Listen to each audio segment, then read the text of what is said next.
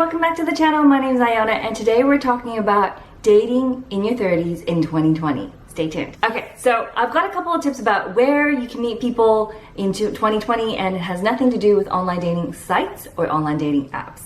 So let's get into it. Number one is, alright, before we get started, we just have to address one thing. The goal of the year, the theme is to avoid dating fatigue. And I saw so much of this last year, with so many people coming to me and telling me that the dating apps won't work. They'd show me their phone, and on their phone were like 5 different dating apps that they were using all at once. And they were planning dates like 3-4 times a week, and it was exhausting for them. So this year, I think the focus should be to avoid dating fatigue. So at least set aside a day or two where you're not going to date, whether you just hang out on your own, or you have family time, or friends time. You're just gonna set 2 days, whatever you're comfortable with, aside and not date.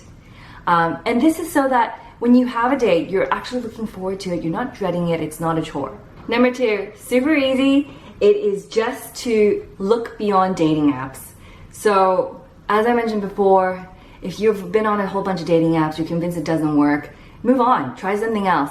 So recently I came across a really fun Facebook group called Mix Your Friends. It's actually for singles and people who are coupled up, but it's just a mixer where friends bring friends and you get to meet people from all over the world in different industries, and it's just a really good way to expand your network. And hey, maybe there's gonna be a match in there. You never know.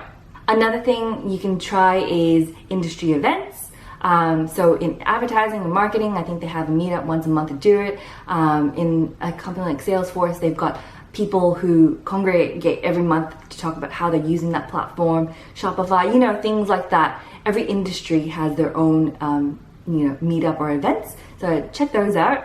The third thing you can try would be meetup groups. So they're really popular in the States. They're becoming popular here in Australia as well. Pick something that you're interested in and just sign up. And that way you're still meeting people, you're still putting yourself up there, but you're taking the pressure off meeting somebody. And I think that's the idea. The last tip I want to give you is to spend time solo, go out alone. And I really admire the men in my life for this, the single guys. They will do what they love and not care if they're doing it with someone else. And life goes on even though they're waiting for their partner. They'll go on a hike, they'll go on a 7-hour hike on their own. They'll go see a gig, and this kind of like confidence about being single, I think is so attractive.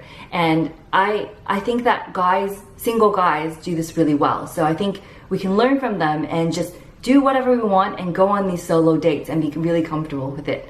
Because I think it's a really attractive quality for in both genders. So if you liked any of these tips, if you tried any of these tips, let me know if they work for you, and I hope you'll catch me on my next video. Thank you. Bye. Oh, and also, if you like this video, please subscribe and like.